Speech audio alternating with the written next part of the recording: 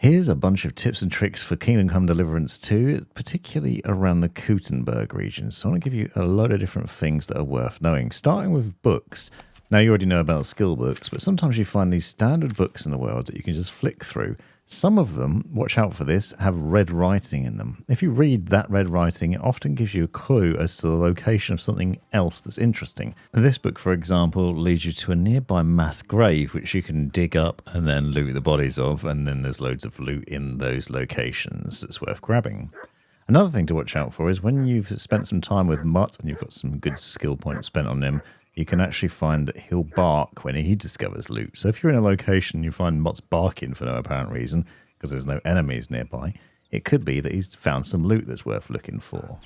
Talking about loot, if you've got into a scrap with an enemy and you've managed to best them, then you're wondering whether any of their gear is actually worth taking. There's a couple of things that can help. When you're looking at the body, obviously you can scroll through the list and you can sort by the value of it. So you can sort by the value or by the strength of it, for example, to work out whether it's worth having. Some of the gear will show really high value in terms of groschen, so it's worth taking to sell. But you can also click onto the player tab and see what things you've got and then try and work out whether yours is better in terms of strength or other things. On the right hand side though, there's a button warning about, for example, pressing Q on PC that will open up a menu with more info on it. And then you can see how much stab, slash or blunt defense, for example, the armor has, and whether it's better or worse than what you've currently got equipped.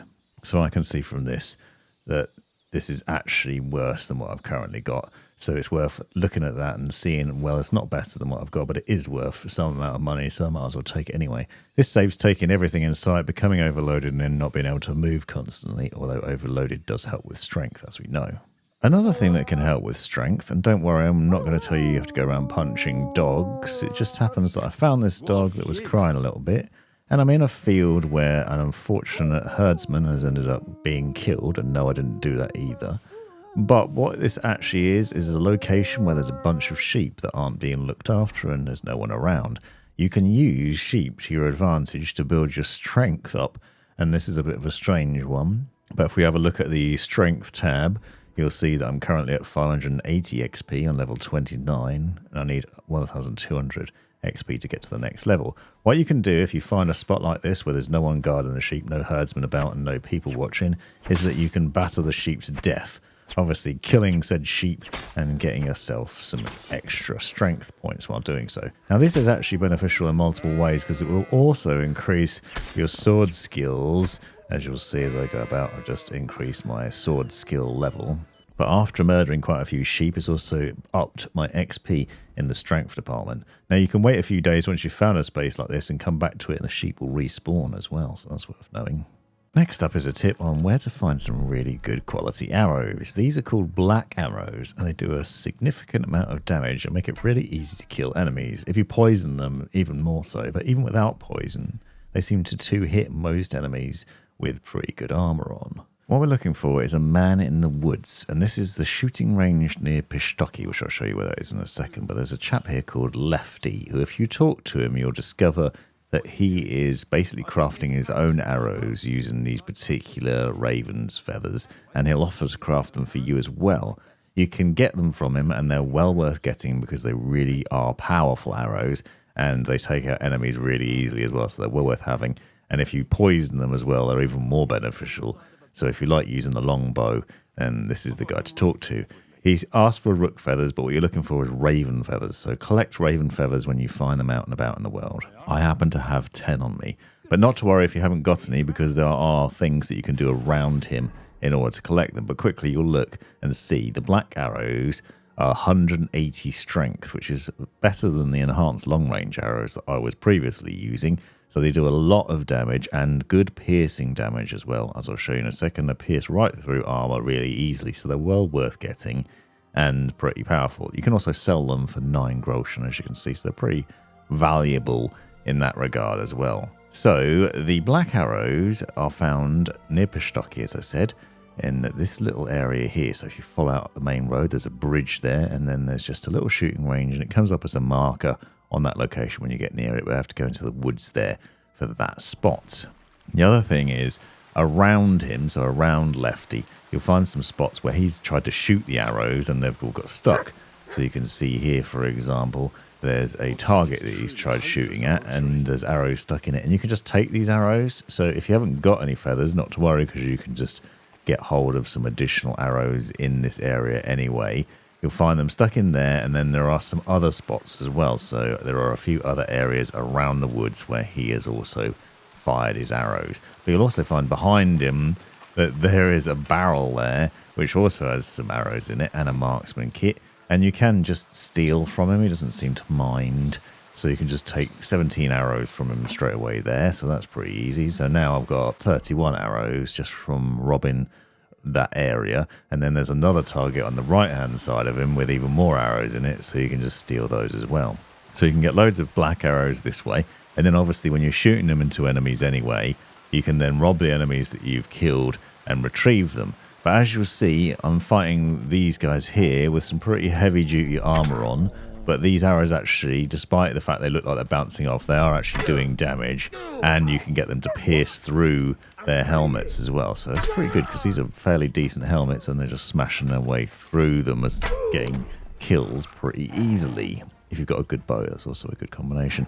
Charisma can help when selling things and doing skill checks, so it's worth working out a way to improve charisma. Jewelry is one of the ways that you can do it. You can find various bits of jewelry in the world which will improve your charisma. I've got a treasure guide on that that'll help, but you can see Godwin's ring and the Golden Crossing here, for example, give charisma boosts. Golden Cross ring gives plus 39 charisma, which is pretty impressive. You can increase your charisma by wearing these, but also by doing other things, like repairing your armor and clothing, for example, using a blacksmith's kit, having a wash, and also washing your clothes, and using Henry's Lion's perfume to really boost up that charisma level. Henry's Lion's perfume gives you a buff, but you can see doing these things has also improved my charisma, so I'm now at the maximum of 30 out of 30, even though I'm covered in blood. You'll find some pretty good weapons in the world, but often you'll find the damage. So this sword of Sir Valentine, as an example, is damaged and only has 30 health on it, which means it's decreased in value, but also the damage that it can do when you're using it. If you carry with you a blacksmith's kit, you can repair this while on the go. It's worth having blacksmith's kits on you because using them to repair weapons that you've been using will increase your craftsmanship skills and generally boost your overall skills, but also it has other benefits because once you repaired that sword is now more valuable and does more damage. It's increased it significantly to 122 damage. It's only level 2 though, so it won't do the same as one you've crafted yourself if you've got the maximum Martin's Secret perk. Alternatively, use a grindstone and then you can get that perk Razor Sharp, which makes your weapon even better. Now I'm going to show you where to find a really good gun in Kuttenberg. So this is located up from Kuttenberg past Old Kuttner. And what we're looking for here is this locked dugout, which when you get to this location will pop up as an area that you can discover. If you break into this building, you'll then have to fight a scallywag inside, so watch out for that, because he will need dealing with. For me, he was randomly stuck behind the door, but if you get rid of this smuggler and deal with him, you can then loot him and get a really good weapon out of his treasure. So basically what we're looking for here is a number of different weapons throughout these locations to basically make your life a lot easier. You'll see he has some reasonable stuff on him, including some iron, which you can obviously use for crafting, and a knight shield, but the real loot itself is inside. So go in and look on the right-hand side first of all, and you'll find that you can open a chest in here, which basically has a bunch of stuff in it, including the Product of Skills Handbook Volume 4, which is a skills book on craftsmanship, which you can read if you're high enough level. Then you have to lockpick your way into the chest, which is a hard chest, so I'd recommend using the Quick Finger Potion to boost up your lockpicking skills if you haven't got them, and then you can break into that. And you'll find the Marksman's Hook gun, which is a particularly good hand cannon, so it's a really powerful weapon and one of the better ones in the game as well. There's also a bunch of other loot in there, as you can see, including a scattershot, strong saviour schnapps, and a sketch for a dueling longsword, as well as 362 groschen. You know there are certain characters in the world that will teach you skills in exchange for money. You can find various of these scattered around, but the more you do, the more expensive it becomes. This guy's teaching me about horsemanship, but he wants 1,500 groschen in order to do it, which is obviously a lot. Did you know that you can pay them and then you can sneak up behind them and then just rob the money back? Now, you want to save before you do this in case you get caught. But if you sneak up behind him and then just pickpocket him, what you want to do is look for the pile of money that you've just given him. So you can see here, 1,500. Exit that. Now I've not been seen. I've taken my money back and I've got my skills. Did you know that traders can actually be beneficial to increase your reputation in an area? So if you've been caught being naughty, this can actually be very handy. If you buy and sell with a trader, you can increase your reputation. But what I tend to do actually is often sell at a loss. This can help to boost your reputation. So you can see this trader's only got 612 groschen. And I've got a lot of different things that I want to get rid of that are clogging up my space and making me a bit heavy, both on me and on my horse. So I want to get rid of a bunch of things. But because they don't have many groschen, you'll see that quickly at the bottom of the screen it will turn red, letting you know that I'm selling more than they can afford to give me. Now you can buy things so that you don't end up having to worry about this. And you can also haggle and maybe give them extra money. But what I like to do is just finish the trade, complete that, and that'll increase your reputation, not only because you've traded, but also because they've made money out of it, as well as you getting rid of your stuff. So they're double happy. This can help increase your reputation in an area really easily. One of the skills I'd recommend considering under the scholarship tree is actually very handy potentially, and that's the Explorer skill. This is a perk that's worth unlocking because it basically reveals the entire map, including all the settlements, fast travel spots, and more, as well as treasure, which can be really handy. So if you look at the map now, I'm pretty early into Kuttenberg. You can see I've still got the fog of war essentially, so I can't really see anything. I've only been to a few different places. But if we use this scholarship perk, which by the way you need a minimum of level 18 to get, it will then unlock everything and at least show you on the map where it is. You'll see the things that you've unlocked or can now see grayed out, including areas on the map you've not been to. All the fog's obviously been removed. You can see all the fast travel points, but you can't use them until you've actually visited them physically. But it'll also highlight other things like treasure spots on the map. So this is worth doing to find all that good old loot. Another useful perk is under the scholarship tree, and this allows you to pray at shrines and other locations. Now you do have to wait for the full prayer to happen, and this is quite boring because it goes on for some time, but it is worth doing and unlocking. This is the fundamentals of theology. If you go into the player section and into the buffs, you'll see this shows up as a guardian angel. And essentially this means that you won't die during combat for a certain period of time, and you recover 25% of your health after it's finished, after the battle's finished. So the fundamentals of theology, you can see you can unlock it here. You'll receive a buff that protects you from mortal injury in combat, and it can last for 12 hours or until you use it. So I got into a fight after this with quite a few bandits. As you can see, I'm in a bad way. I'm bleeding. I've got no health. I've got no stamina, and I'm having a bit of a scrap there. But as soon as the battle was over, health regenerated, and suddenly I'm fine again. So definitely worth getting, although it is quite far down the perk tree. There's a spot in Kuttenberg called Opatowtiz, which is essentially a little outpost full of baddies near Sigerson's camp. And I'd recommend going here, but making sure you're prepared for battle because there's a lot of baddies to deal with. You can see it's already got a grumpy face on it. So what I'd recommend doing is sneaking in at night, stealthing your way in, and killing everyone as they're sleeping or trying to pick them off from a distance. Now, these guys are pretty difficult to do, so if you try and go in all guns blazing or swords swinging, you'll probably find it pretty difficult, especially early on. There's a lot of them, they're well armoured and they've got a lot of weaponry, so they're pretty hard. So picking them off one by one, if possible, makes life a little bit easier. Poison your weapons. I'm using the Dollmaker poison here, essentially just slows baddies down, means they can't run after you, so it makes it easier to pick them off from a distance and to stop them from all ganging up on you at once. You can see that they basically can't run anymore, they can only walk slowly and are complaining while doing so. But the reason I'm mentioning this is a good spot for practicing your attacks and also for getting in fights or just using your stealth and sneaking capabilities to boost things up. Obviously, also, these people have some fairly decent gear on them.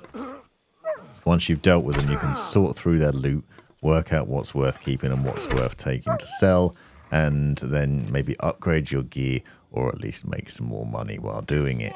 Now, this area also respawns, so I've been here more than once, so you'll find the enemies just respawn after a period of time. So once you've got the hang of it, you can just keep revisiting it and repeating this, rinsing and repeating, killing, maiming, stealing, pilfering, just getting all those good points from the battles and also looting until your heart's content while doing so. So it's worth revisiting and doing, and a lot of good gear to be had here. There's also a lot of chests around, so once you've cleared out all the baddies, you can sneak around and find various different chests. You can see this one, for example, has Noble's plate legs, which are worth 5,200 groschen, which is insane. And there are other spots as well that you can explore about and loot through various other chests. You can see you've got dice and things like that as well in there. And so pretty cool. What I've also found is you can poison the food in this location, but it's not so easy to do without them seeing. There's also a spot by one of the burnt down houses. So in the top of this area, you'll see there's a large burnt down house just there. There's a building here which doesn't look like you can get into, but then you'll find there's a window on this side of it that you can leap through. Leap through into this next room, and in here there's a ladder that leads up. It wasn't immediately obvious, but there's a ladder that leads up into the next story of the building. So basically up this ladder, and then you'll find another good loot spot in the corner here. So there's lots of different loot locations. This one has a shield which you can grab here, but it also has a chest in it, so you can take the shield and then you can loot the chest. It's a hard lock picking chest, so it does require a little bit of effort and skill in order to open them. But once you've mastered that, you can then get a sketch for Ataman's Saber, which is a fairly good sword early in the game, as I've shown in a previous video that I did on weapons, but it's not the best. There are others that are probably better. However, now you'll be able to craft it yourself, which means that you can sell that pretty easily. The other reason I like Opatowtiz is because there's also a section here with mead all over the floor. Now, this is a special kind of mead, which you can find. There's bottles and bottles of it in this room, which is a building basically as soon as you come in from one end of the village where there's hardly anybody there. But you'll find this dead soldier in here surrounded by bottles of this mead. You can pick this up and it's actually pretty valuable. You'll find it's specially marked as Opatowtiz Mead. It gives you the boosted nourishment, but also energy, health, and more, and it's worth 90 groschen as well, so it's worth taking a bunch of it. That's it for this episode of Prawn Teaches You Random Stuff to Do in Kingdom Come Deliverance 2. Check out the links in the description to other videos you might find useful in the game, including ones that I've done on loads of different treasure locations, for example in Kuttenberg. This has been The Provoked Prawn. Thanks for watching.